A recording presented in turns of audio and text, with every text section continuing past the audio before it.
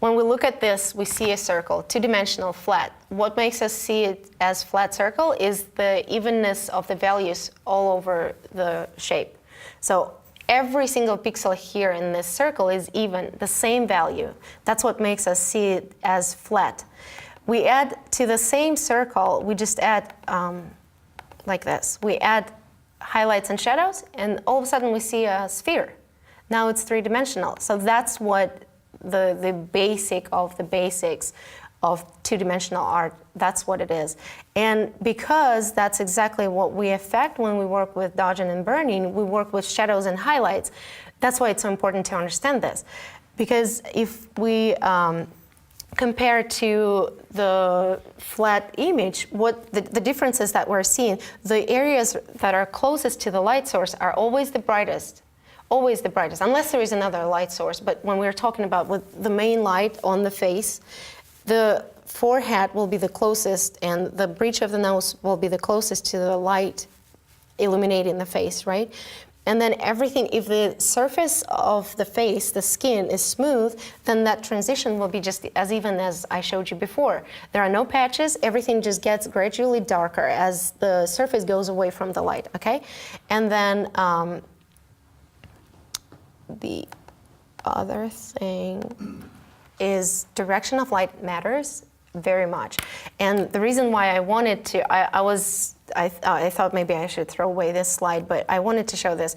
I see a lot of mistakes because beginner retouchers disregard the direction of light. When the light is coming from where the camera is, again, we usually set up our lights a little bit higher than the eye level. So again, the forehead, the bridge of the nose, the upper side part of the face is always closer to the light. And in beauty photography, we usually use harder light, such as beauty dish.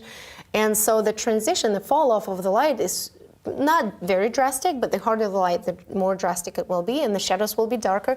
But usually, in most cases, the forehead will be brighter and the chin will be darker than the forehead. So when you're doing dodging and burning, you must respect that initial light distribution on the face. So you can't make the jawline or the jaw or the chin as bright as the forehead, because it doesn't work that way in reality. And also the planes, our faces don't have angles, right? So I've seen so many times a beginner retouching forehead, removing those patches, removing those distractions, and disregarding the light fall off, the transitions, and making everything just the same value, right? And then all of a sudden there are shadows. So what it looks like, they don't know, they don't notice because they're not educated in that, so they're thinking that they're making things better, but in fact they're making the square forehead, which is, it doesn't exist in reality. So my point here is, watch the light distribution. Make sure that you're paying a lot of attention to where the light and shadows were, and then zoom in closer to work on those little patches and the blemishes there. But don't forget to, after you're done with smaller patches, pixel by pixel dodging and burning, zoom out, toggle the visibility to make sure that you did not disturb that light distribution that was initially there. To make sure you did not deform the human face, because you see how important it is. Shadow is exactly what defines the shape for our visual system when we look at the image. And again, here's another example. Let's see if I can get this one right here. So this area, the sphere again is all patchy, but if we add a little bit of dodging and burning, you can see that all those patches are gone, and all of this is just dodge and burn, dodge and burn, dodge and burn. So all of this are just my dodge and burn layers. If you go inside, you will see that there's a lot of dodging and burning that was done inside, with a little bit of burning, and so on. So each set is just my dodge and burn layers, and by the time I've added a whole bunch of them, you see that the entire surface is different, but I didn't make the shadow brighter than it's supposed to be. So that is a very, very important point. And the last thing, this is, I had so much more here, but I had to remove everything. And visual perception and biology of seeing is super important. And I will cover this and a lot more in my upcoming video book, From Amateur to Pro, that I know it's been coming soon for a year or so, but I've been traveling and unfortunately it doesn't do it itself. It doesn't record it itself. So it's waiting for me to come home and finish it. So I'll finish it soon and I will talk more about this. But just so we know, when we're looking at the skin, how do we tell what patches are darker and what patches are brighter? What patches we need to dodge, brighten, or what patches we need to burn, darken? And when we're looking at the skin color, it's even harder for us to see the values. So I want to explain why we need to use a visual aid, which is a black and white layer on top of your dodging and burning layers. When you look at the image at the skin through black and white, you start seeing the differences in values so much easier. And I want to quickly explain why.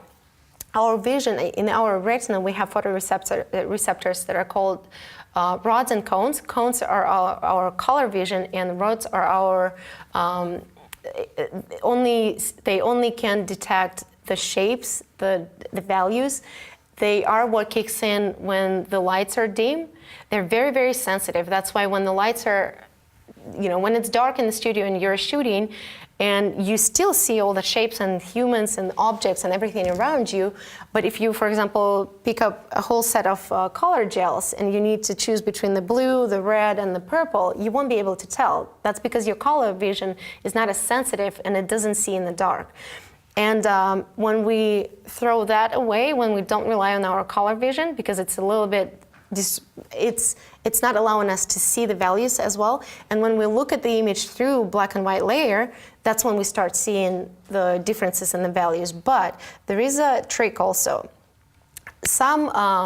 Pablo Picasso said, colors are only symbols and reality is to be found in luminance alone. Luminance is values. I just call it values, but it's the same thing.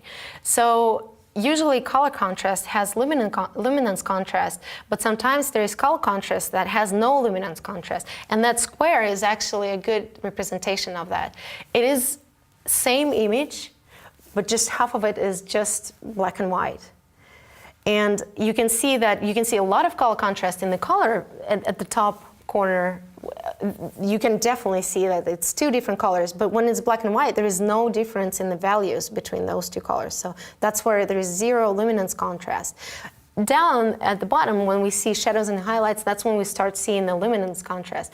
And what's important is in two-dimensional art, those shadows and highlights is exactly what makes things three-dimensional. So if there is lack of luminance contrast in your image, even though there is a lot of color contrast, it still will look flat. So why is it important for us now to know as to how it applies to dodging and burning? Well, the thing is, if you I'm going to try to find this. You can see that I've got this little spot from the lipstick on the chin of the model, right? And I turned on, okay, this is how it was. There was very little, almost no value contrast, more like just a little bit of color contrast, just a little bit yellower, but it's not darker or brighter. And if you use a wrong visual aid, which I used to use channel mixer, and I know that a lot of people use different visual aid setups. Some people just use black and white adjustment layer. Some use channel mixer like I used to, until I actually read one of the articles by Luli Telmore on Retouching Academy, when she explained that it's very important to actually use the correct visual aid when you're turning everything into black and white, because you can sometimes mistake color contrast for value contrast. And this is what happens if you use a wrong visual aid. Then you look at this, you dodge and burn, and you think, okay, it's gone now, it's all good. But then you turn it on, and you see that you might have removed color contrast, but the value is very much off now. So this is my corrections. My corrections looked good under the black and white layer, which was a wrong visual aid, but I didn't do anything better. I didn't fix it, I actually created more problems.